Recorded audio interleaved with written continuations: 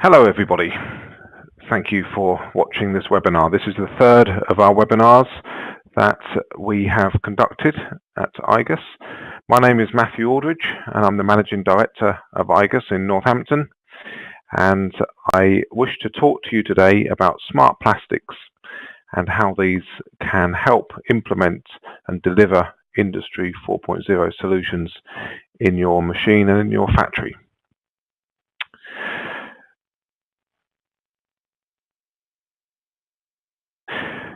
So this is the rough agenda. I want to introduce igus in the UK to you, talk about Industry 4, what does that actually mean, and then we'll go on to smart plastics, talk about some applications, the product family and group that we've developed under this umbrella term, the benefits which can be delivered to customers and users, and this whole presentation should take roughly 15 to 20 minutes, and we will have a time for Q&A at the end.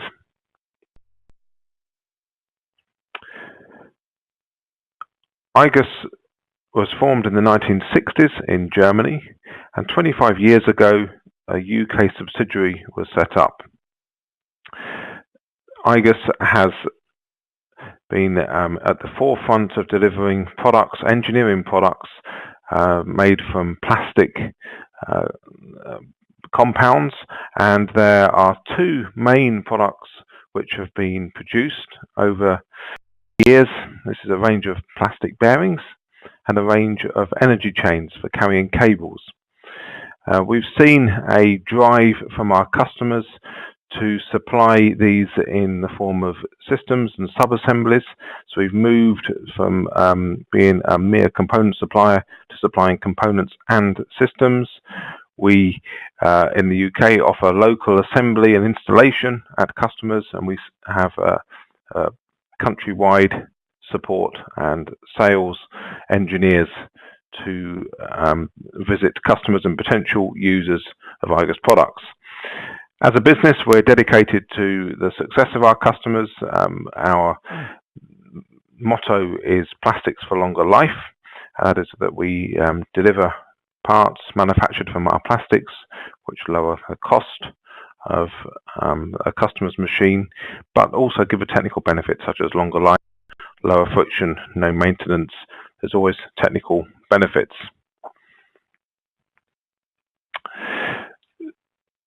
As mentioned, we have this pressure really from our customers to deliver systems to save money and time. In the center of the slide there, you can see what we call a ready chain rack. That is where e-chains are populated with cables and hoses, and they're supplied on this rack, which can be simply wheeled up to a machine, unbolted or released onto the machine and fitted. This saves hours of labor at the production line, and this shows how working with customers we can develop technologies, systems, processes to help deliver cost savings and productivity gains to customers. And we will see in a moment how smart plastics forms sort of the next iteration of this. First of all, I would like to take a look at the development of industry over the last few hundred years to see what we really mean by Industry 4.0.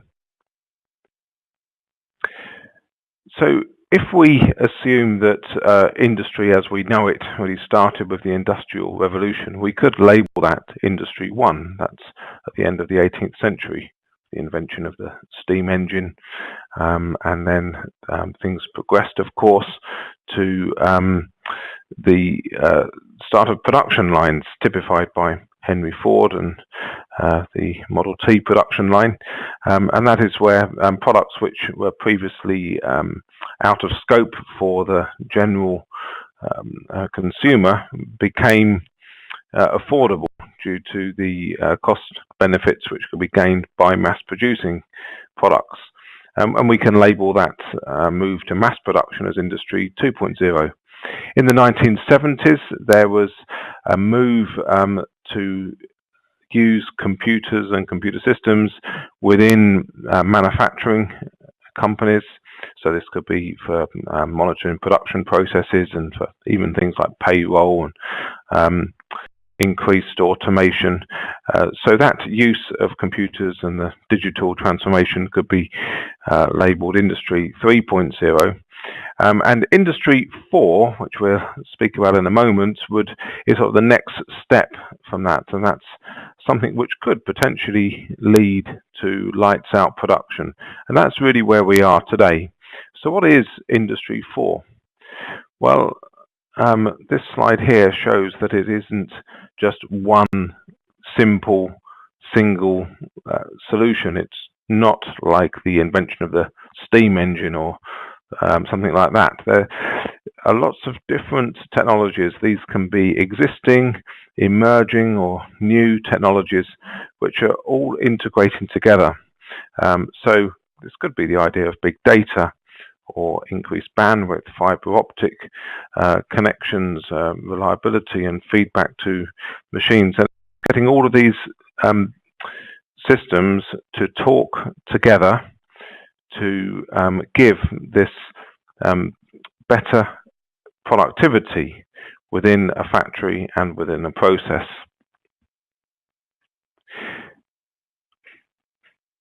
Here's a quote from Steve Bramley, who's the Deputy Director of Gambika, who is on record as saying, if UK manufacturers were to invest as much in Industry 4 as their German counterparts, they could boost their revenues by £20 billion. So this is something which cannot be ignored. We can't afford to ignore it.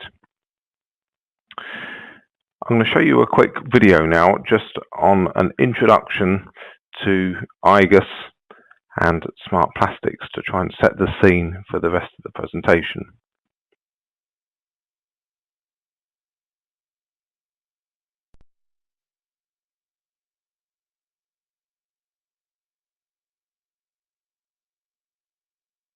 So you can see on these machines here, they're all using igus e-chains and drylin slides as well. And these two systems are providing feedback to this unit called an isense unit, and that in turn is communicating to this unit. This is monitoring the performance and health of machine parts. This can be done anywhere in the world, online, and it will give an early alert to any potential failures that could occur. Potentially this could lead to just-in-time replacements as well.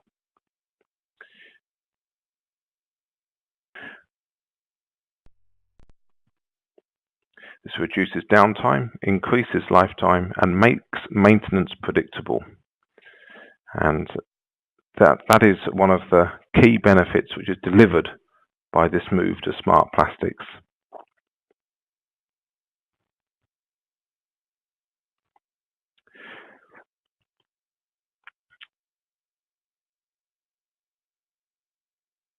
So now we can start to talk specifically about the smart plastic products which are manufactured by igus. We will talk about the isense and icom unit and the cables, chains and bearings which we manufacture.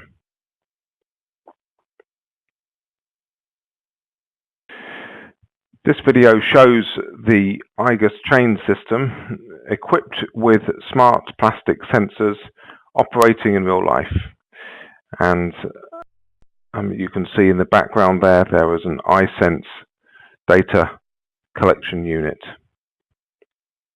If we take a closer look at what's going on here, in this photo, there are actually 4 smart systems that are working here, and we go through these one by one. First of all, there's the ECW unit. This energy chain wear sensor. This is simply an RFID chip which is built into the chain, and this detects when wear has reached a predetermined limit within the chain. This then sends an alert to the isense unit, which in turn can send a message to either the internal maintenance system in the factory or to the icom unit and to igus, who can then alert the customer. There are many different ways of managing that process. Secondly, within that chain, there is a system which is known as ECB. This is the brake detection system, and this is a wire which runs the full length of the chain, which has a sensor at the end. And if the chain was to break, let's say someone was to drive a forklift into the side of the chain, then the unit would detect that the chain is broken and could be set to immediately shut down the machine. You can imagine how much money this would save in, let's say, an automotive production line on an overhead gantry, when the machine would be immediately shut down, continuing to run and tearing out all of the cables and hoses from the chain. The third system within the chain is what we call the ECP. This is a push-pull force detection system. We simply mount a load sensor on the end of the chain, and it measures the push and pull force which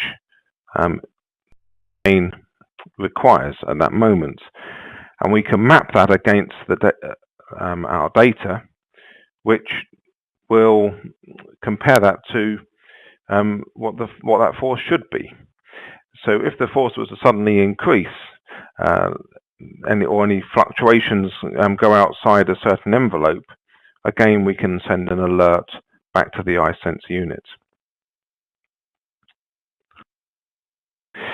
The fourth system within the chain is called the CFQ, and now we're not talking about the chain itself, we're talking about the cables that are within the chain. CF is an acronym for our chainflex cables, and the Q for quality, so it's the chainflex quality sensor. And this is where we have two spare conductors in the cable. We loop those together and attach them to a unit which measures the electric properties of the cable, and that this can then relate to the data that we've collected over years in our test labs at igus. We know how that cable should be behaving in ideal conditions. We can map that against how the cable is behaving in this specific chain, and if we see that we're starting to approach the end of the cable life, again we can give an alert.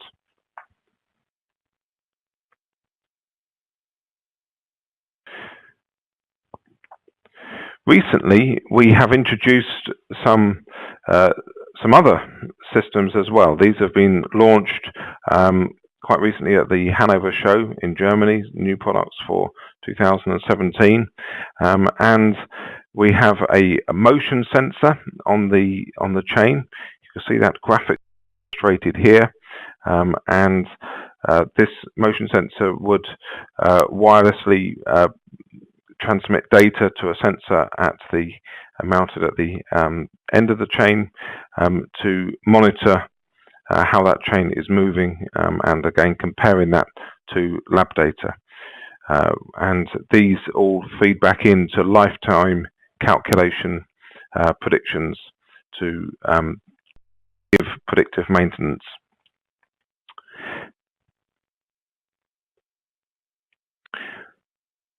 Let's now look in detail in how the chainflex CFQ smart plastic system works. You can see here a graphic which shows how the electrical behavior of a cable would change with the number of double when it's operating in an E-chain. While the electrical properties are within this green zone on this graph, we know that the cable is is fine. There's no potential failure about to occur. You can see there that once we go into this yellow zone, that the gradient has changed. It's started to increase significantly.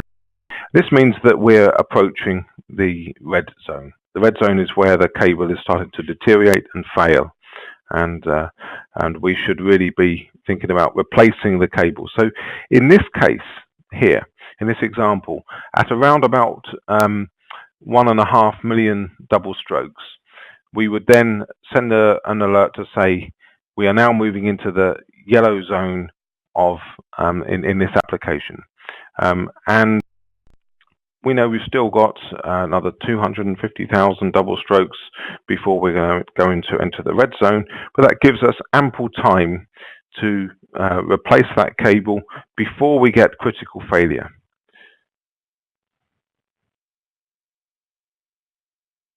You can see here the CFQ box and how this works, and you can see that on the traffic light sensors here at the side, at the moment it is on green.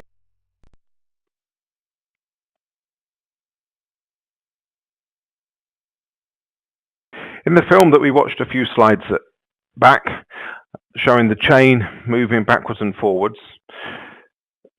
behind that chain there was a linear system which was moving that whole chain backwards and forwards for this demonstration.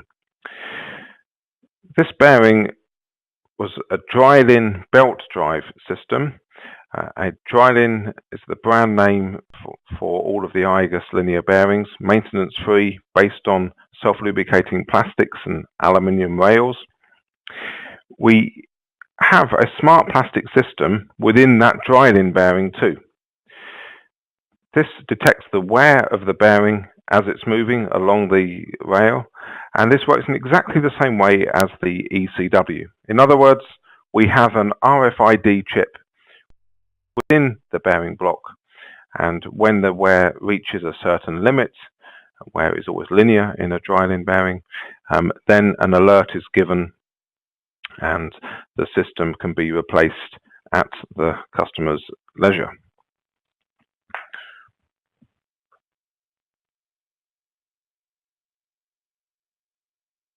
Again, in recent weeks, we've introduced an addition to the bearings offering of smart on the PRT slewing rings, which are designed to guide rotational movement. We have also included a wear sensor within these slewing rings, and this works in exactly the same way. RFID sensor, when the wear limit reaches a certain level, an alert is given. So that's called the PRTW. This whole technology is moving along at a rapid rate. This graphic here shows all of the 9 systems which igus currently offer within the Smart Plastics brand. Let's now look at some real-world applications for this technology. Photo here shows a chain that's used in an automotive plant in the UK, and this is fitted with some smart plastic technology. You can see in the center here, I'll mark it with the laser pointer, the wire which is running the full length of the chain, and this is the wire which is connected to the ECB sensor, the brake detection system. There's the chain. It's a long travel chain on an overhead gantry carrying some robots. We have 2 opposed chains in this system, and previous to fitting smart plastics technology to this chain, the customer would have had to replace these chains periodically to avoid potential. Actually, if these chains were to fail, then that would lead to many hours of production downtime within the plant. But by installing this ECB system, we only now replace chains when required.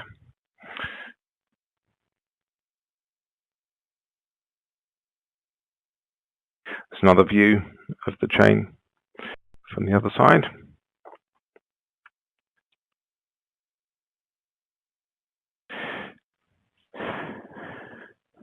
Now, how all of this data comes together is quite interesting. We, of course, gather all of this data in these isense units, and an option is to connect these isense units to an icom central communications hub. And this is where the Internet of Things really starts to come together, because this icom unit would talk in real time to the igus lab, and we can then see applications around the world and how they're operating in real life conditions, and compare these to our test data that we have in-house, and give real-time feedback on preventative maintenance steps that should be required. Of course, it's an option. Not all customers would like to have this icom unit, but this is a good step and a good illustration of how the Internet of Things works together.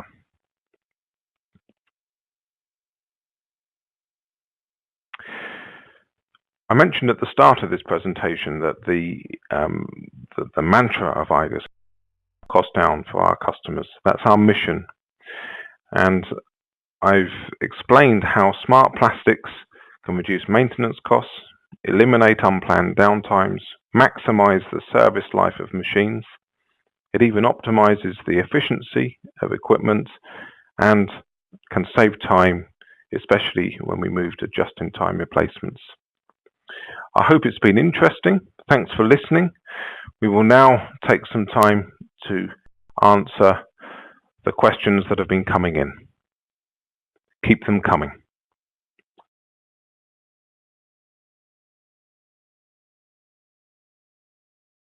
So we'll now start to answer some of the questions that have been coming in. Keep sending these in, and we'll do our best to answer them. If we can't answer the questions immediately, then we will have your details and come back to you. So the first question we have in from Kim is, how much is a smart plastic system? Well, that does depend on exactly what technology you require, whether it's ECB, ECP, but really you can budget on a rough figure of between £1,000 and £1,500 per technology. So if you had that application that I showed you the photos of the automotive plant, which had the ECB fitted, that would be another £1,500. And if you compare that to the cost of downtime, then you can see that the savings are immense. Remember that we can install this as well, so the whole system can be fitted, installed, and comes with a guarantee from igus. Thank you for that, Kim. We have another question in here from Brian, and Brian, thank you for this, Brian. Brian asks, can a smart plastic system be retrofitted onto existing chains? And the answer there is that we have never done this. For the wear-based system, for the ECW, and also for the CFQ, the cable quality monitoring system, we would not be able to do that because we need to start from a datum where the products are new. So for the other systems, for example, the ECP and the ECB, the push-pull force and the brake detection system, in theory, we could fit these, retrofit these to a chain system, but ideally we would like to fit these new. As I said, we have never actually done that, but we have fitted a number of new ones, of course. Thank you for that. Another question's come in, third question from Nigel. Thank you for this, Nigel. Nigel's asked, do we have other applications for smart plastics apart from the automotive industry? And the answer to that is very simple. Yes, we do. The smart plastics brand is really being used to cover a number of existing, new and emerging technologies, and the ECP is one of our existing technologies, the push-pull detection system, and we've used that now for many, many years on port cranes, where this is a valuable part of a crane system, and some of the other systems as well have been used in cranes and materials handling. We are also in discussions and in various stages of implementation in other industries as well. So yes, it can be used for industries other than the automotive industry. The automotive one is a good one to use for an illustration because everyone is aware of the costs of stopping an automotive production line. So it's certainly a good one to use as an illustration. So that's all the questions that we've had in. We will put a copy of this webinar up on the website later and on YouTube, so you could watch it or send it to any of your colleagues that could be interested in this. You can email myself questions as well if you think of anything later, or if you are watching this as a recording, then my email address is maldridge, that's ALDRIDGE, at igus.co.uk, and I'll get back to you individually with an answer on that. We do have other webinars planned throughout the year, so please keep an eye on the website for new webinars that will be which will be given from time to time. But for now, thank you for your time, thank you for listening, thanks for your questions, thanks for your interest in smart plastics. Goodbye.